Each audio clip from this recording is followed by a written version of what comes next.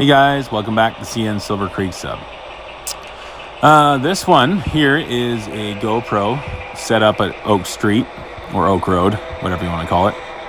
And that's all it is. It's from the operating session on Sunday. So they're just clips of the trains running across Oak Street here. We were all pretty busy running trains. It was a great time.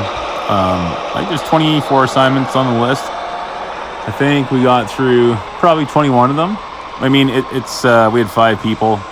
You're rushing around a lot to try and get the jobs all done. So obviously, it'd be nicer to have 6 or 7 operators and an RTC, and then you could maybe sit down and have a drink in between or wait for the next train to come up instead of like just in and out all the time. So, but it works, right? Like 90% of our traffic has somewhere to go and serves a purpose. So, with the rambling, what was I going to say? So yeah, this is all it is. It's train after train during the operating session. If you want to watch it, cool. If you don't, totally get it. For me, it's kind of boring, but they're my trains too, I guess, or our trains, I mean. So, but for you guys, it might be kind of exciting. I'll leave you to it. I'll hop in at the beginning of each cut here and then give you like a super quick, brief description of what the train is and where it's going. And then I think later on in the year, I want to get back to the Day in the Life of series style videos. They didn't get a lot of traction for some reason. I really enjoyed it because we used like radio terminology, like we used the radios like I do at work. There was OCS clearances back then. Now we have signals, so that'll speed it up. We had a lot of cool angles and we had the car count. So if you guys haven't seen that, check out the playlist that's titled A Day in the Life of. It's the first kind of video series we did. They're a little rough, but it was really based on actual railroading. So if that's your niche, if you guys like that, please comment and let me know, because I really enjoy making those videos because it's a lot similar to what I do at work, right? So I really enjoy it with the modeling aspect. So A Day in the Life of playlist. I think there's 10 of them. I mean, they started out really rough. It was our first shot at doing videos, right? So it's, on the phone, different iPhone, didn't have a tripod, had the phone leaning against stuff. So, I mean, it was over the last, how long have we been here for now? A year and a half, I guess-ish, on the YouTube, trying to make cool stuff. So, give it a check out if you can, and then let me know if you want more of those videos. Like, they're my favorite ones to make. They take a lot of time and a lot of effort and a lot more directing almost, I guess, or editing, but I do enjoy them. But if you guys aren't into them, then I won't waste my time, because you're into like 10 hours to make like an hour and a half video. So with the ramble over, this is Y100. It's the first yard job that's belt pack out of Beaverton. 433 and 434 Eastbound and Westbound, they set off a chunk at Beaverton. The yard job switches it out and then blocks it for road switchers. And then when the road switchers come back, they switch out the road switchers into the corresponding traffic that goes east or west. The other thing they do is they also, they're not supposed to do the propane. We changed that, but it got missed. So they're also, they pull out of the yard with the belt pack or RCL locomotives. That's why the little guy with the flashes on there. And then they spot the auto port around the corner, which we'll show at a different time. This is CP H38. H38 comes out of the CP staging side at Callio now that we have that, if you saw the layout update, and then goes up the Helix 2.5 wraps, enters the Silver Creek sub at the control location of Callio. So that's all he does. He goes right from Callio to Beaverton, dumps his whole train because it's all CP to CN traffic. And then he turns around and lifts everything in Beaverton that has to go back to CP. So your typical interchange job.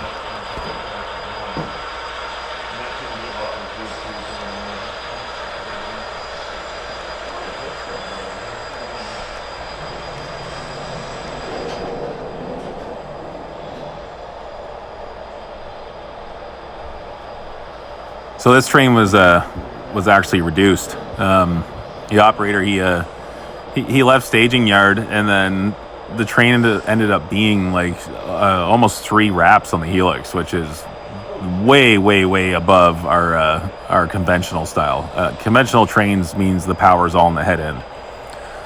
When you added a DPU train in a conventional train. So conventional style, locomotives on the head end, DPU or distributed power units. The units are peppered to the train. You might have 2 on the front, 1 in the middle, 2 on the back, or any variation of.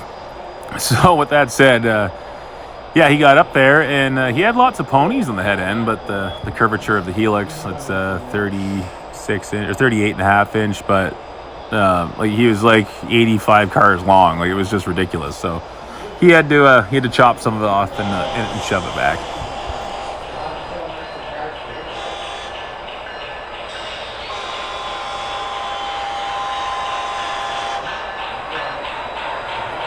And this is H38 on his way back. I think there was some trains in the middle. When I downloaded all the GoPro footage, it randomized it. So I'm still using the editing app on my phone, which it's not that bad, honestly. But it's the screen's so small, right? Like, I think there was I don't know if there was 30 or 35 cuts in here to try and organize, and they all have the same screenshot because of where the GoPro was. So there was some trains in between, but I did try to block them so like you see one come in, then one come out anyway. But this H38 was much shorter on the way out. He was only 30 cars maybe, so he highballed out of here.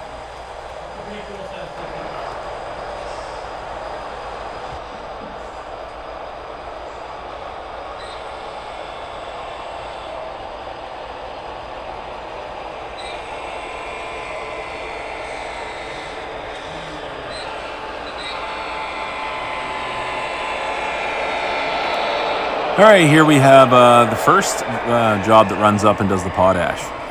We have so many potash cars, and the customer holds 25 of these little guys each side of the pit. So because it is the largest customer on the layout, or tied with the salt mine, but because they're so busy, they get dedicated service. So they have there's 2 jobs that run up and service the potash, one in the morning and then one at the end of the operating session. So that one's $5.79. He also lifts the poles off the first branch job and then brings them back down.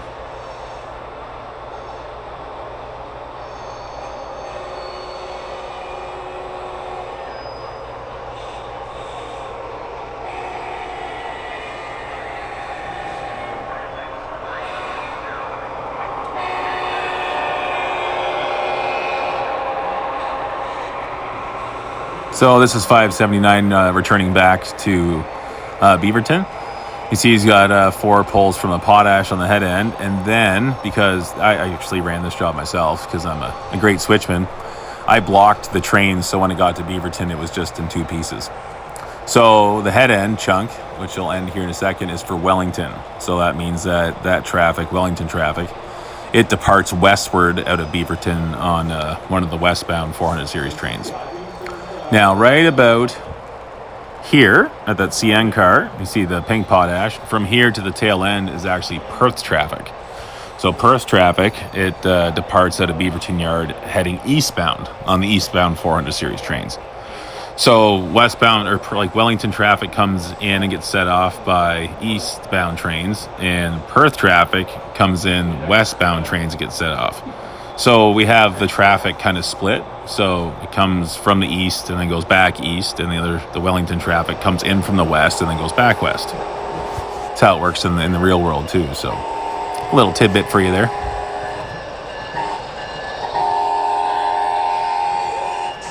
Man, no introduction needed here. Just a big, loud, fast via.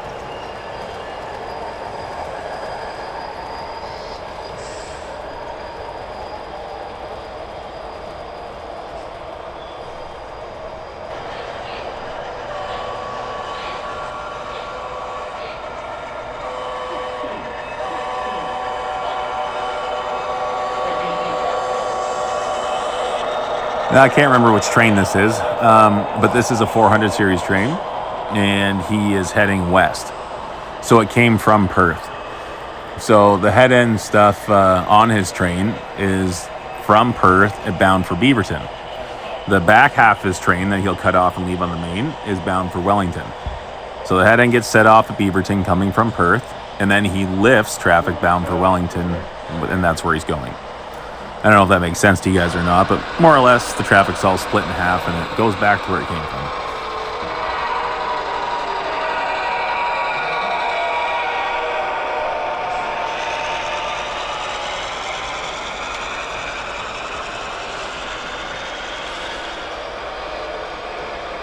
So this is train 583. I don't know why we didn't get a shot of it departing Beaverton.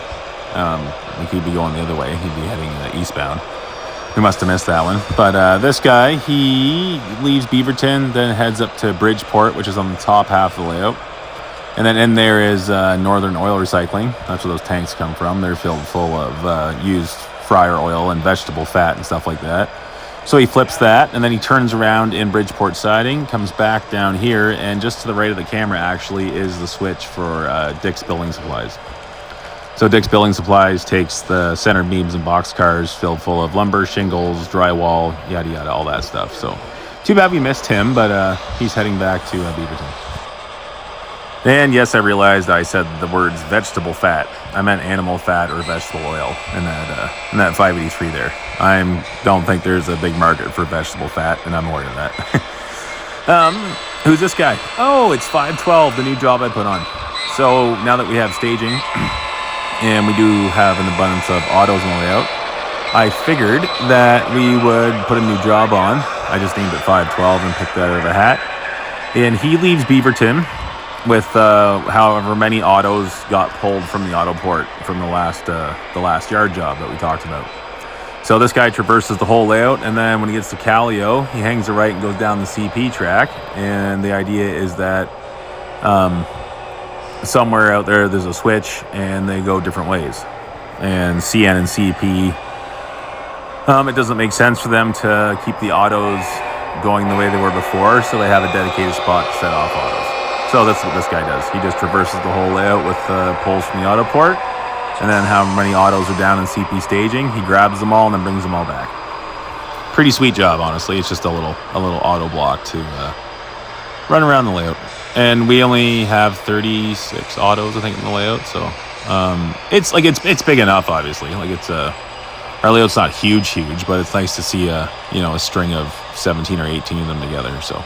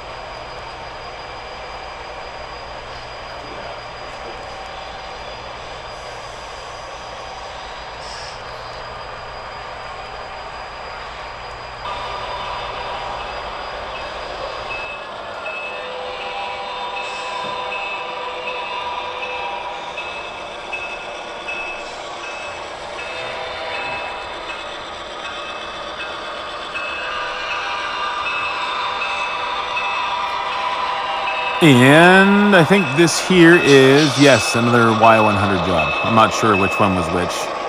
Like I said, I was operating too. So, but again, another yard job with the a belt pack unit since I've started building them, and now it's become a thing. So there'll be more showing up. And he's gonna pull. Beaverton Yard's just around the corner. It's one controlled location back the way he came. So. If he stays 15 miles an hour, he can head out there in the main with no engineer and just a belt pack, and then he'll get his light and shove down the east leg of the Y. That's where this track to the far left goes. And then the Y turns into the auto port, and he'll go spot those and pull whatever's there. And then whatever he pulls, I only have one of those 512 jobs on right now, so it's in test phase. If it works out well and it doesn't bung the yard up, because autos are huge, we'll put two on. One to shadow each, like one at the beginning of the operating session and one at the end. So we'll see. If you guys are wondering why that light's not dropping, that would be due to the lack of resistor wheel sets. So you'll see once the power goes by here, because he's drawing current, the BD20 notices it and says, "Hey, our CTC, there's something in the block," and boink, down it goes. So this year resistor wheel sets will be coming. That'll be pretty cool.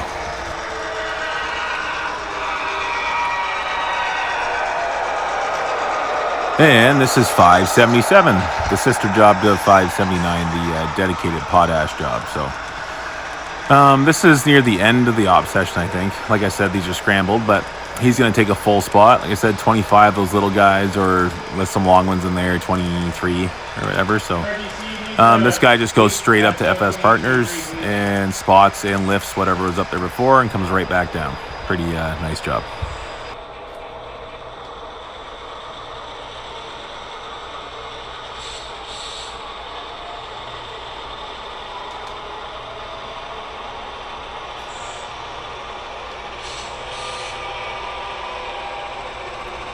I might have messed this one up, but this is the last yard job coming off the Y. After pulling the auto port, I believe. Again, I apologize for this, but another yard job doing stuff.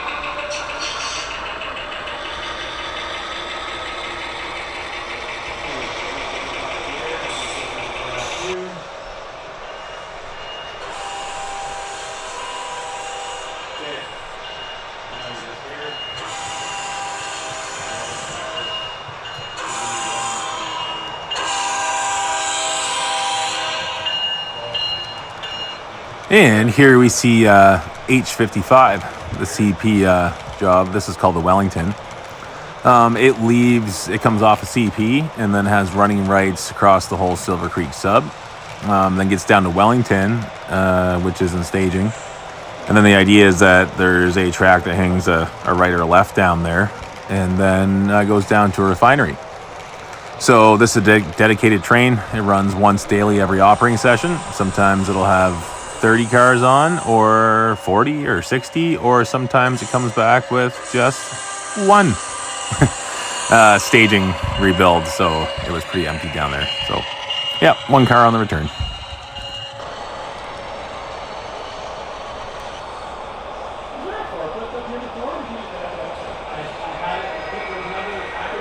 And here we have 535. So 535, he leaves Beaverton and then heads up to Silver Creek, which, if you've seen my videos before, is that really nice bridge in Silver Creek West and then into Silver Creek Yard. Silver Creek Yard is the home of the branch job that runs the branch line, or 80-foot branch line that has the salt mine, has a P&H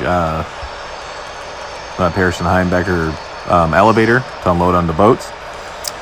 Soybean place, the dimensional loads go up there, and some liquid fertilizer. So that's where this guy's going. He's going to highball up there.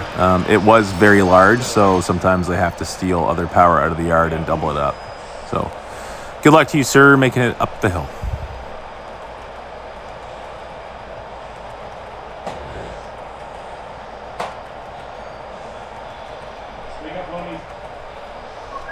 So I just had to say something here and drag it out because there was some profane language in the background. So I'm just going to make noises and kind of keep talking about nothing until the video ends of the train going by. There.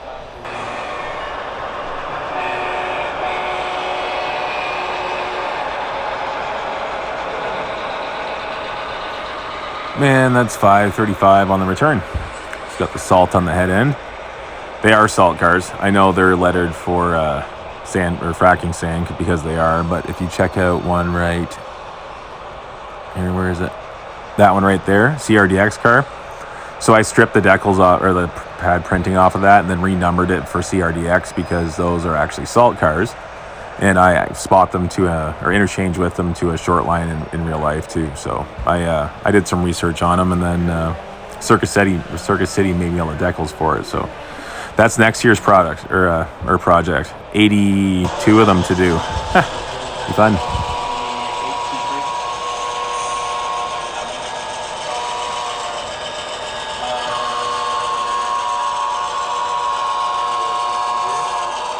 So here's a 400 series train going eastbound. He did have 3 units, but then there was so much traffic at Beaverton. He had a -9 on the tail end. They set off for that 535 we just saw prior to. As I said, the order's a little mixed up. But then they didn't need it because there was an error in the yard for car billing. So that -9 is currently stuck to the 4709, and I guess he'll get moved back at a later date. But so this guy came up from Wellington, eastbound, set off his traffic that came from Wellington to Beaverton, and then lifted the Perth-bound traffic from Beaverton. So now his whole train is comprised of Perth traffic, and that's just where he's at.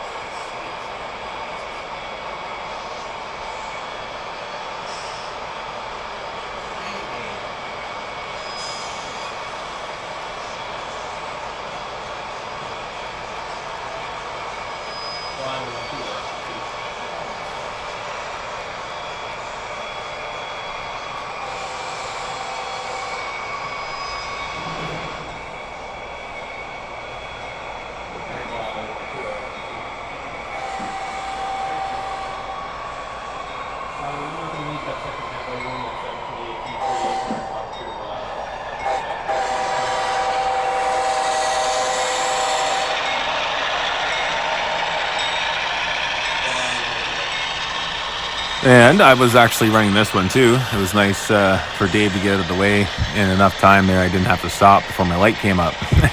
So the eastbound 400 series train. This is a westbound 400 series train. He's got the dims on there. The big, what do we make them? D9s, I think, because they almost hit everything. They come from Perth, and they'll get set off at Beaverton, and then they'll hop on 535, go up to Silver Creek, get dropped off, and then 581 or 582 will spot them at the end of the branch line. So like one train to a yard job to another train to another train. So before they get to where they have to go.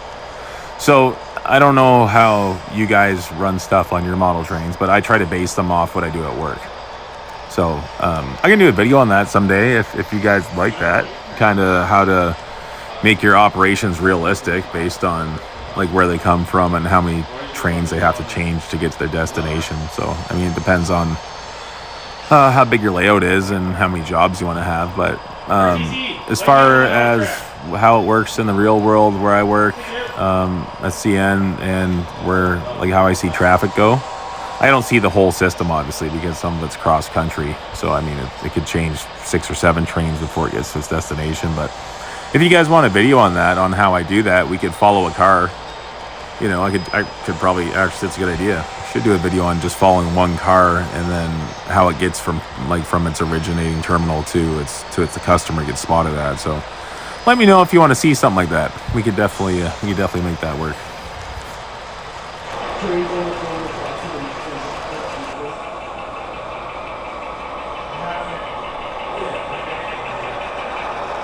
And I'm not sure where the rest of this clip is, but this is one of the Y100 jobs shoving, based on where he is, I would say 60 cars back into the yard. So that's what he's doing.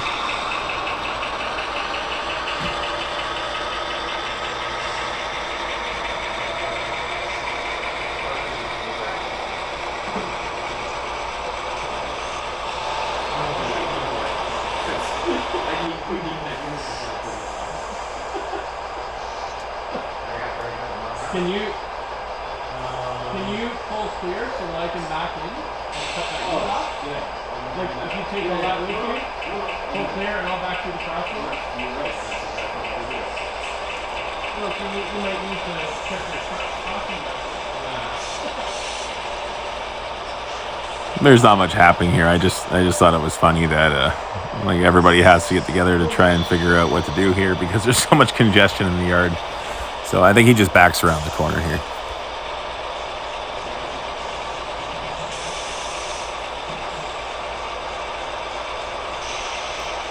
Oh, I guess not. I guess he's in the pull ahead still. So from this crossing to the switch that goes into Beaverton Yard, which is where this yard job is coming from. Oh, it'd probably be 50 car lengths, I would imagine, to the switch into the yard, and then from the yard switch to from off the main into the yard, and then from that switch to the actual yard leads probably another 20 cars. So this he's definitely holding on to a pile of weight here, that's for sure.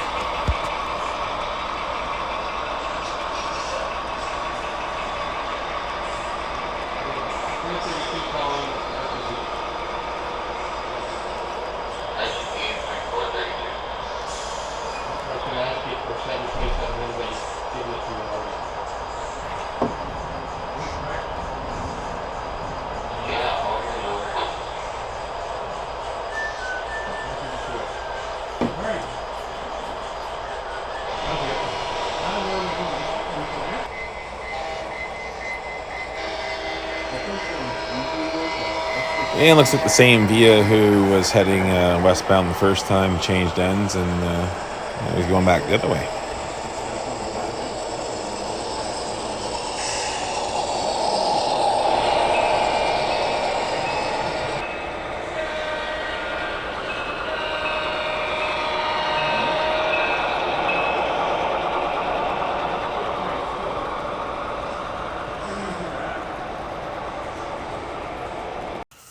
So I'm not quite sure. I think this is the yard job again, but from the beginning of the operating session. Yeah, I think that's all CP traffic, I believe. So I think he's still trying to switch the yard out, and he's 60 or 70 cars around the corner. So, all of our customers here that I've designed, there's always selective compression, right?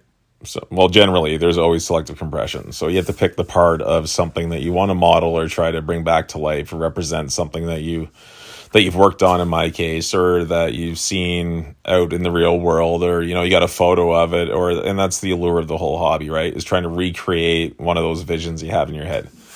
Well, for me, it's not so much a picture of one thing. It's more the operations of it. So when I did a lot of the designing for this layout, I didn't really want to give up space for customers. So originally I had probably, I probably got rid of 7 or 8 customers, I would imagine. So there were switches everywhere. And then as I matured as a modeler and started to look more at the scenes and how it was all going to work, I thought that maybe I wanted to have less customers and have the layout be more fluid instead of there being a switch every 15 feet to try and make all the cars have somewhere to go. So by the time I lifted half these customers out and then went for scenes like this, right? There used to be a customer around that corner right there, and it's gone now. That'll facilitate a larger, more open station scene when that time comes. So, it depends on what you want. But for all the customers I did keep, I think I'm 1-to-1. From all the places I've serviced in the real world, I think I got them pretty much to scale. So we'll see when scenery comes, but that's my rant on selective compression.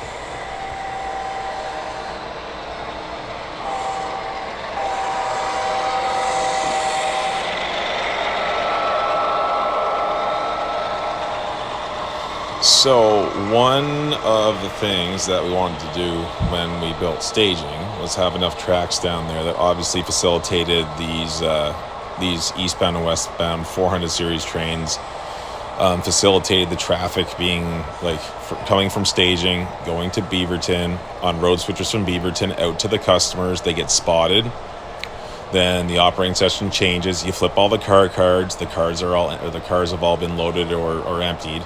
So now the cars go from the customer on a road switcher back to Beaverton and then are lifted by the corresponding train back to staging.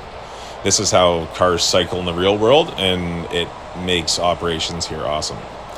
So staging had to facilitate that. It had to hold 2 or 3 60 to 70 car inbound trains to make this whole run-through process work here on the Silver Creek sub.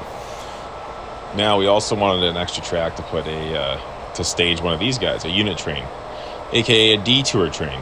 So I can get into how we plan trains running across the subdivision, but that's a whole thing for another video, and I'm going to run out of time here. So that's the rant. That's the video. This is whatever you want to call it, 101, 112, 111, whatever you want to call it. It's a container train. So that's all for this one, guys.